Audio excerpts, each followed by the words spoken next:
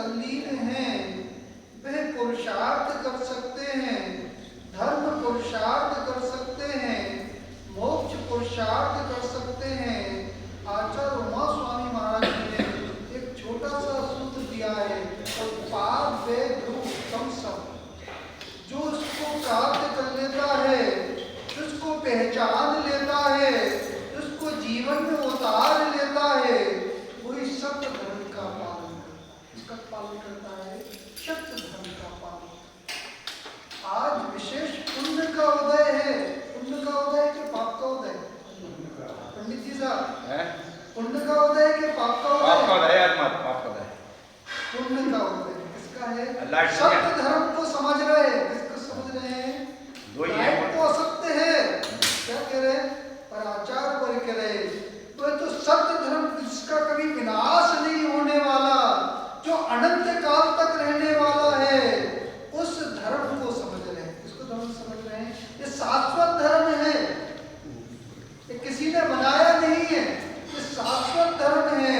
वो आचार्य वर्ग कह रहे तो शाश्वत धर्म को समझता है तो ही सच्चे सुख का अनुभव करता है। भैया विमल कुमार जी, विमल कुमार जी लगे मारा लगे सत्य को पहचानने में लगेंगे। किसको लगेंगे? सत्य को पहचानने। और आचार्य वर्ग कह रहे जो व्यक्ति सत्य को पहचानने में लगा रहता है वही उपलब्धि को प्राप्त करता है। जैसे किसान गेहूं को बेचता है, किसको बेचता है?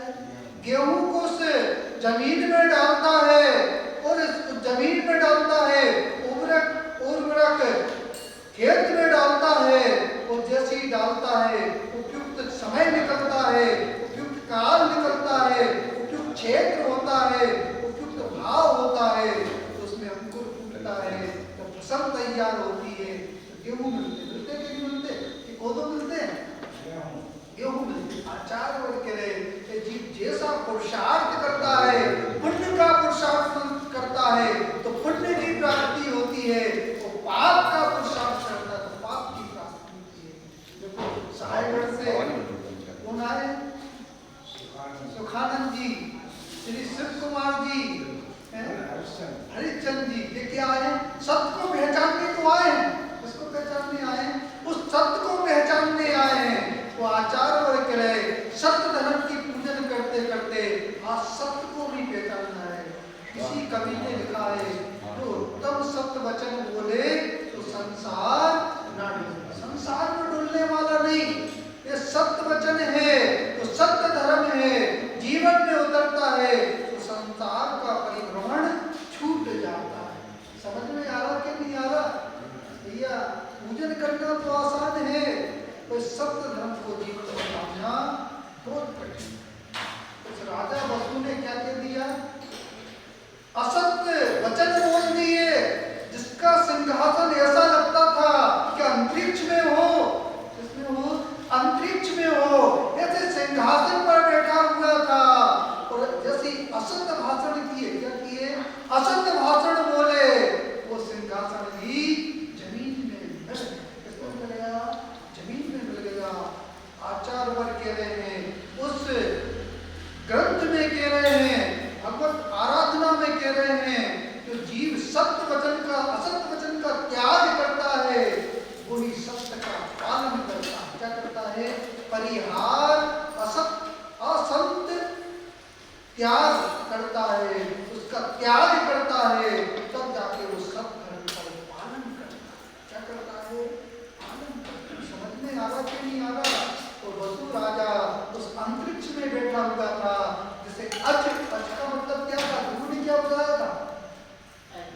अज माने 3 वर्ष का पुराना धान, उसको बताया था।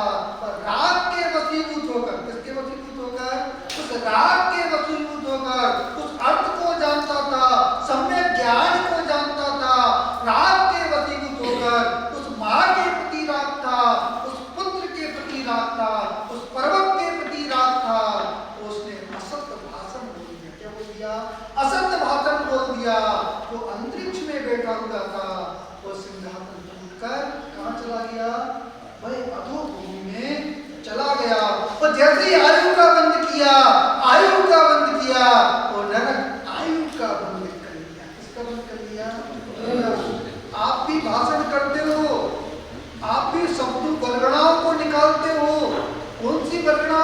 निकालते हो, आचार वर्ग करे असत्य परिणाम को निकाल रहे हो, तो पाप का बंध हो रहा है, पाप का बंध हो रहा है। और ऐसे पाप का भी बंध हो सकता है कि नरक में जाना पड़ जाए। कहां पर जाना पड़ जाए? नरक में जाना पड़ जाए। उसने नरक आयु का बंध किया, नरक आयु का बंध किया। और जो नारद था, कौन था? जिसके अंदर सत्य धर्म था। कौन सा धर्म था? सत्य धर्म था। वो सत्य धर्म का पालन कर रहा था। उसने जब आयु का बंध किया तो स्वर्ग की आयु का बंध किया। किसका बंध किया? स्वर्ग की आयु का बंध किया। सत्य धर्म को समझना है। इस सत्य बनना है तो निकाल दो। जनवर में कितने झूठ बोलते भैया? जनवर में कितने झूठ बोलते? हम जानते हैं हमारा व्यापार तो छल से ही चल रहा है, कपट से ही चल रहा है, असत्य से ही चल रहा है। हमें धर्म से मतलब नहीं है, हमें धन और प्रतिष्ठा से मतलब है। धन की वृद्धि होना चाहिए, प्रतिष्ठा की वृद्धि होना चाहिए। पर आचार वर्ग करे, यदि आपकी ऐसी दृष्टि बनी रहेगी, ऐसी दृष्टि बनी रहेगी, तो सच्चे सुख की प्राप्ति होने वाली नहीं। ये संसार मिटने वाला नहीं, संसार का परिभ्रमण मिटने वाला। सप्तघोष नाम का सेठ हुआ। कौन हुआ? सेठ हुआ। उसने असत्य वचन बोला, तो राजा ने दंड दिया उसको। राजा ने दंड दिया। क्या दंड दिया? किसका सेवन करवाया? उस मल का सेवन करवाया। किसका सेवन करवाया? मल का सेवन करवाया। और ऐसे कर्म को बांधा, ऐसे अशुभ कर्म को बांधा।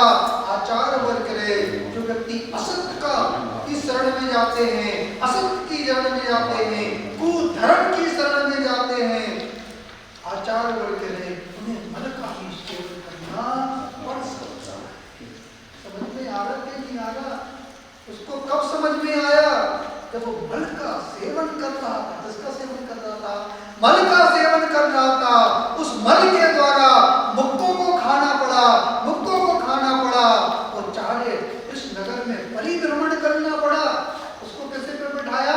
गधे पर बैठाया। तो मुंह काला कर दिया। क्या कर दिया? मुंह काला कर दिया। आचार वर्ग करे, जहाँ पे असत्य वचन होते हैं वहाँ पे अपयश फैलता है, अपयश फैलता है। और आचार वर्ग करे, जहाँ पे अपयश फैलता है, लोग निंदा करते हैं, लोग निंदा करते हैं, अपमान करते हैं, सम्मान नहीं करते।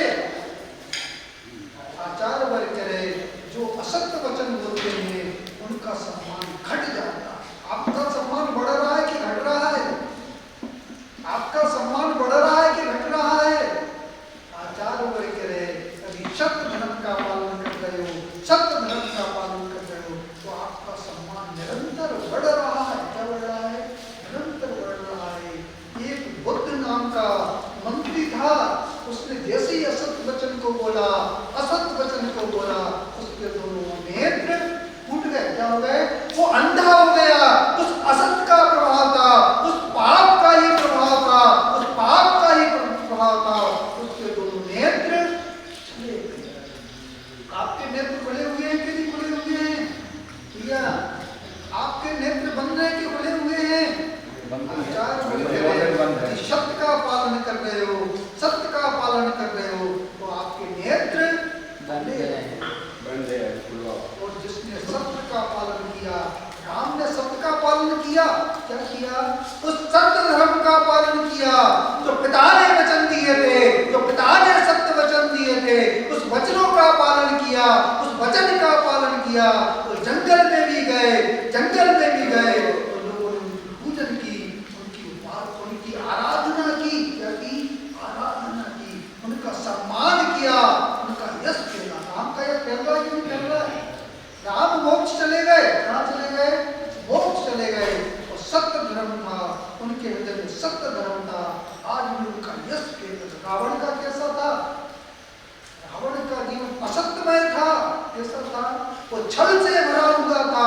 वो आचार वर्ग करे, इनका जीवन छल से भरा हुआ होता है, छल से भरा हुआ होता है। पर्याय का भी परिवर्तन हो जाता है, पर्याय का भी परिवर्तन हो जाता है।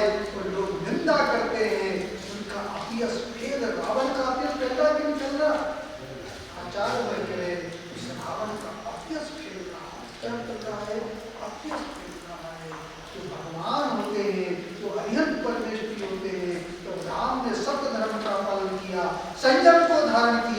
संयम को धारण किया। जब केवल ज्ञान हो गया, केवल ज्ञान हो गया, तो उनके सर्वांग से वाणी खिली। कौन वाणी खिली? सत्य वाणी खिली। कौन सी वाणी खिली? आचार्य बोले करे वो अनुभव वाणी खिल गई। वो वाणी खिली, उन्होंने अपने स्वयं का भी कल्याण किया और हर का भी कल्याण किया। जो सीता का जीव था, जो सीता का जीव था, तो मोहित करने आया था, असत्य भाषण कर रहा था, असत्य भाषण कर रहा था। राम प्रभावित नहीं हुए, क्या नहीं हुए? प्रभावित नहीं हुए। उसने विक्रिया से ऐसा रूप बनाया, रावण का रूप बनाया, असत्य भाषण बोल रहा था, वो असत्य भाषण बोल रहा था। तो रावण मुझे हर रहा है, इनकी साधना बंद हो जाए, क्या हो जाए? पर आचार वर्ग करे जिनके अंदर सत्य धर्म होता है, वो सत्य वचन से प्रभावित नहीं होते। वो अपनी साधना में लगे रहे, साधना में लगे रहे, उन्हें सत्य को पहचाना, अपने जीवन में उतारा। वो अंतर्मुख में केवल ज्ञान प्रकट हो गया, घातिया कर्मों का क्षय किया, वो 64 बुद्धि से संपन्न हो गए। आपका कितना पुण्य का उदय है विमल कुमार जी, विमल कुमार जी, कितने पुण्य का उदय है कि 64 वृद्धि ध्यान नहीं कर रहे हो और 10 लक्षण व्रत का भी आप पूजन वासना कर रहे हो, 16 कारण की पूजन कर रहे हो। कितने पुण्य का उदय है। क्या है? पुण्य का उदय है। आचार वर्ग रहे जो सत्य धर्म का पालन करते हुए आप जाप करोगे कि नहीं करोगे? भैया विमल कुमार जी, जाप करोगे कि नहीं करोगे?